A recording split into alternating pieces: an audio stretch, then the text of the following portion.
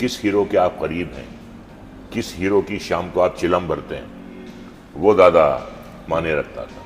राज साहब जैसा film maker इतना अपने काम में खोया हुआ, और सिर्फ मुसलमानों की सोच बदलने से मुल्क नहीं बदलेगा। तो इस वक्त मैं राजधानी के सरोवर पोर्टिको होटल में हूँ मैं, और बहुत महान शख्सियत से मुलाकात कराने जा रहा हूँ। जैसे कि आप पहचान गए, रजा साहब। सर बहुत बहुत स्वागत है रायपुर में आपका। सर धन्यवाद जी। धन्यवाद। सर ये शायद मेरे ख्याल से दूसरी तीसरी बार है आपका आना यहाँ पे। अनगिनत बार है। गजब, क्या बात है। कितनी बार आया हूँ मुझे याद नहीं। जी जी। जो 70-80 के दशक हुआ करते थे, उस समय के जो सेट होते थे, आज क्या मिस करते हैं आप उस दौर को और अभी में जो शूटिंग होती थी, जो सेट होते थे, जो बातचीत होती थी? देखिए, हर गुजरते दौर के साथ जी नई पीढ़ी आती है, नए लोग आते हैं, जी। उनके अपने विचार होते हैं।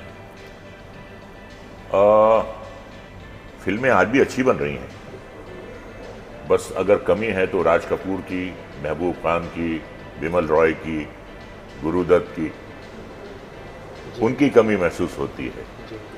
ये जो निर्माता निर्देशक थे, ये फिल्में दिल से बनाते थे, दिल की गहराइयों से बनाते थे। आज उस किस्म की फिल्में नहीं बन रही हैं, लेकिन जो आज के निर्देशक हैं काफ़ी बोल्ड सब्जेक्ट्स लेते हैं, एक्सपेरिमेंट करते हैं, तजुर्बे करते हैं और कामयाब भी होते हैं। हमारे ज़माने में बायोपिक्स नहीं बनती थी, आज बनती हैं। उनकी बायोपिक्स बनती हैं जो आज हैं हमारे बीच।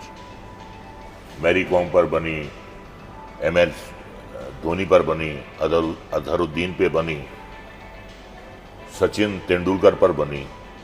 अच्छी बात है, वरना क्या होता है कि इंसान के गुजरने के बाद उसकी कदर होती है, उसके नाम पे फिर रोड्स रखे जाते हैं, मेमोरियल तामीर होते हैं, ज़िंदगी में नहीं होते। ये एक बात अच्छी है कि इन सब की ज़िंदगियों में ही इन पे बायोपिक बनी, मिल्खा सिंह पर भी बनी।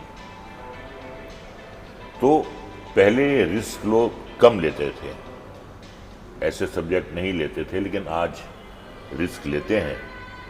और पहले के मुकाबले में आज डिसिप्लिन ज़्यादा है, कॉरपोरेट हाउसेज आ गए हैं और वो बड़े सिस्टमेटिकली काम करते हैं। दे मीन बिजनेस, हर चीज़ बड़ी अच्छी प्लानिंग के साथ करते हैं। हमारे ज़माने में तो पूरा दारोमदार हीरो पे होता था। हीरो खुश है तो आपका भगवान खुश है, और हीरो नाराज़ है तो पूरी दुनिया आपसे नाराज़ है। हमने वो भी ज़माना देखा है, हीरो वाला। कहानी उसकी होती थी, हीरोइन उसकी होती थी, गायक उसके होते थे, संगीतकार उसका होता था, बाकी कास्ट उसकी पसंद से ली जाती थी। आज ऐसा नहीं है, आज सब अपना अपना काम कर रहे हैं। पहले की जो ग्रुप बंदी थी वो काफ़ी हानिकारक भी थी। आप कितना अच्छा काम करते हैं वो निर्भर नहीं करता था किस हीरो के आप करीब हैं, किस हीरो की शाम को आप चिलम भरते हैं, वो ज़्यादा माने रखता था। आज ऐसा नहीं है। जी सर, आपने सैकड़ों किरदार निभाए हैं। ऐसा कोई किरदार जो आपके हमेशा दिल में करीब हो, और ऐसा कोई सीन जिसको लगता होगा कि यार ये सीन मैं और दोबारा रीटेक लेता तो शायद और बेहतर होता? देखिए, जब भी हम अपना काम देखते हैं पर्दे पर, तो बतौर क्रिटिक देखते हैं, और हमें लगता है कि हमने जितने भी सीन किए हैं, सीन देखने के बाद हमें यह लगता है कि इससे बेहतर हो सकता था, हम और अच्छा कर सकते थे। हर सीन को देखने के बाद लगता है कि कहीं ना कहीं कोई कसर रह गई है। अब मैं आपको ये बताना चाहूँगा कि ये तो मैंने आपको बता दिया कि कहीं ना कोई कसर रह जाती है। एक फिल्म है जिसे आज भी मैं देखता हूँ रिलीज के 32-33 साल के बाद, तो मुझे ऐसा लगता है कि जो काम मैंने आज से 35 साल पहले किया था, आज भी मैं उससे बेहतर नहीं कर सकता था। और वो थी हिना। उसमें मैंने एक पाकिस्तानी पुलिस इंस्पेक्टर का रोल किया था। आज भी जब उस फिल्म को देखता हूं तो मुझे लगता है कि उससे बेहतर मैं नहीं कर सकता था। जी जी। राज कपूर साहब कई फिल्में की है आपने, राज कपूर साहब की कोई यादें आप साझा करना है? अभी उनकी शताब्दी मनाई गई, कुछ याद जी। करेंगे आप? जी। राज साहब जैसा फिल्म मेकर, इतना अपने काम में खोया हुआ, जब वो फिल्म बनाते थे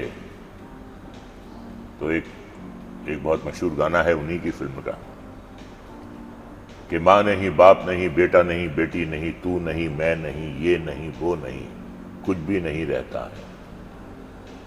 राज कपूर साहब का ये था कि जब वो फिल्म बनाते थे तो माँ नहीं, बाप नहीं, बेटा नहीं, बेटी नहीं, तू नहीं, मैं नहीं, ये नहीं, वो नहीं, कुछ भी नहीं रहता है सिवाय उनकी फिल्म के।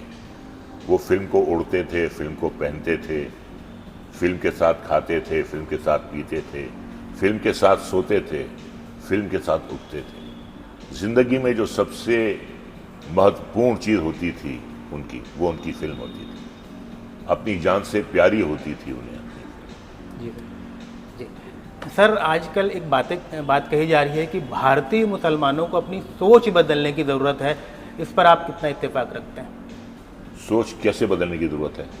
आजकल जो जैसा अभी इंटरनेशनल लेवल में जो बातें हो रही है, इस्लामिक देश, अब चूँकि दुबई को देख लीजिए आप सर, कितना वो मतलब कट्टर नहीं है, वो सेकुलर है, आज वो सॉफ्टवेयर बना रहा है, सिर्फ वो तेल पे निर्भर नहीं है।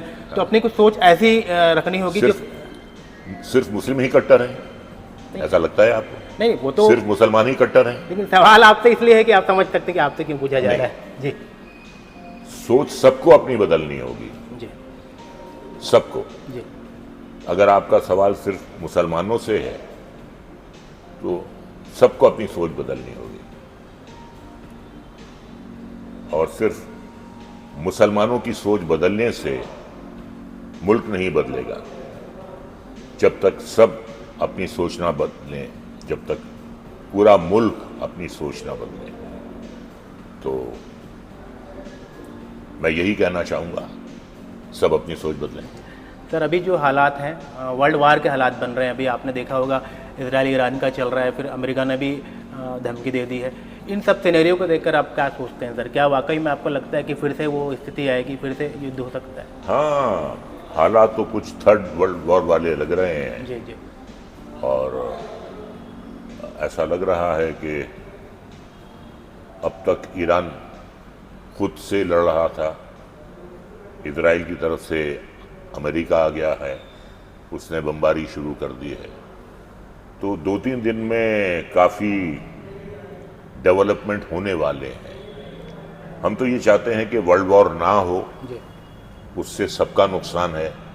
सबसे गंदी चीज़ जो दुनिया में है वो लड़ाई है। लड़ाई से बुरी कोई बात ही नहीं है और उससे किसी का फायदा नहीं होता। जी। लड़ने से किसी का फायदा नहीं। तो ये अभी जो हम लोग बारूद के ढेर पे बैठे हुए जी हैं, जी। बस बारूद ना फटे तो अच्छा है, लेकिन पूरी दुनिया इस वक्त बारूद के ढेर पे बैठी हुई है। राजा साहब, बहुत शुक्रिया, आपने इतनी सारी बातें की, और जब भी आप आएंगे रायपुर फिर आपसे मुलाकात होगी। बहुत शुक्रिया आपका।